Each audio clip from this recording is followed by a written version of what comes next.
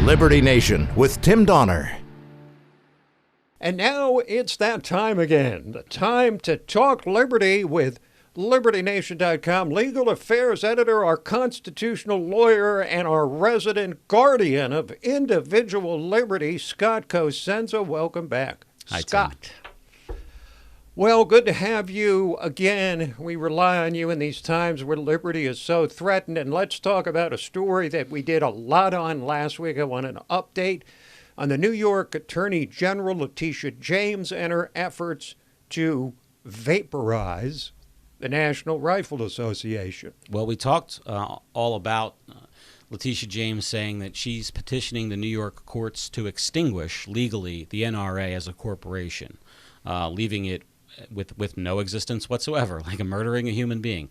But what we didn't talk about, because I didn't know it at the time, is that Karl Racine, the D.C. Attorney General, also filed suit in D.C. where the NRA Foundation is chartered. Now, he didn't ask for the foundation to be extinguished, just hobbled as we lead into the election, and basically have all the funds and the decision-making be done by a board of overseers that's court-appointed.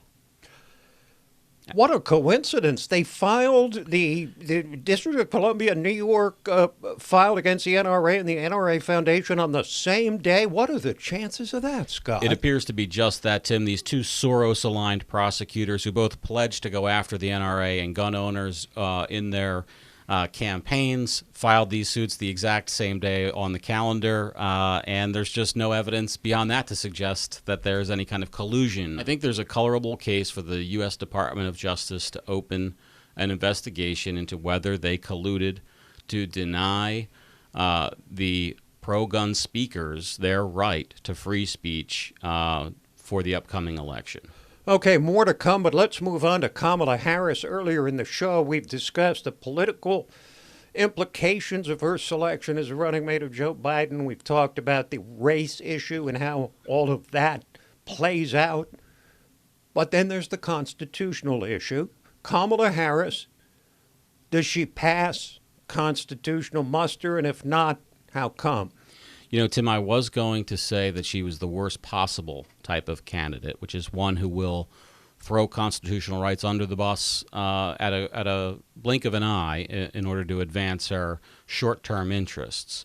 But also, I think that's a wrong analysis, and the reason why is because she'd also buoy constitutional rights if they would advance her short-term interests. So yes. A true tyrant would only hurt the interests, even if the people were on the opposite side. So I think that she is somebody who will just do or say whatever gets her more power or office.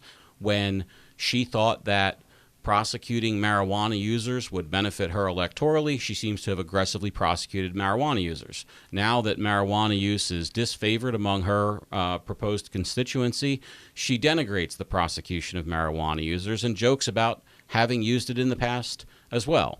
The same can be said, Tim, for instance, while listening to music that they went back and checked didn't even exist at the time she said she was toking up. That's true. She also, Tim, rose to office in large part from attorney general to senator by basically prosecuting Backpage.com's publishers for publishing sexually explicit advertising. Now, the thing is, Tim, she knew that it was a violation of their free speech rights and the Communications Decency Act when she did it, and now she's in favor of legalizing sex work after, basically trying to put these people in prison. So I just think that we can expect from her whatever she thinks will benefit her electorally and politically, and that's really where we can sort of see the wind going with respect to our constitutional rights under that kind of direction. I think what you're saying, and I agree with it completely, is that the fact that she appears to be so unprincipled is actually something of a safety net, because she's not going to come storming in like a Bernie Sanders would and throw everything aside based on some firm ideological position. All right, the New Jersey Supreme Court has deepened the split on an important thing, whether phone unlocking orders violate the Fifth Amendment. Can the police make you unlock your phone so that they can inspect the contents? What we have in New Jersey, though, is the court saying that you do not have the Fifth Amendment right to keep from unlocking your phone. And sorry for the double negative there, but the court is saying if the cops ask you to unlock your phone, you got to unlock your phone. Now, they may not have a right to some of the contents of the phone, the court said. But for the unlocking itself, now that is It's like the unlocking, though, is like 90% of the law. Like possession's 90% of the law. Once you unlock it and they get access to it, who knows where it goes right. from there. Well, I think we can expect him, and really we need to see the Supreme Court address this now that we have such a significant series of splits. It's all over the map here throughout the country. Some courts saying that you have the right to be protected from this kind of intrusion, and some courts saying that you have to let the police in. We need a national standard. Now, if it goes to the Supreme Court, my prediction is that it's a 4-4 split, and John Roberts recuses himself because it's a difficult issue. Just to make it hard for you to... Yeah, exactly. The University of Southern Maine is asking students and faculty, are they asking or demanding, to sign a Black Lives Matter statement and anti-racism pledge. Asking or compelling, Scott?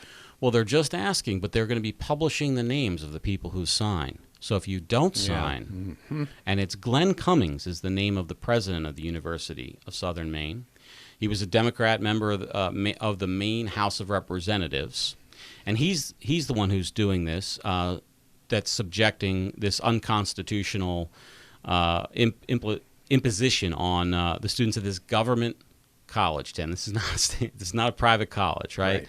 And let's recall that it's not about saying that you agree not to be racist, but supporting quote unquote anti-racism in this regard means all kinds of political, meaningful statements about who you would vote for, and a number of the other public policy statements.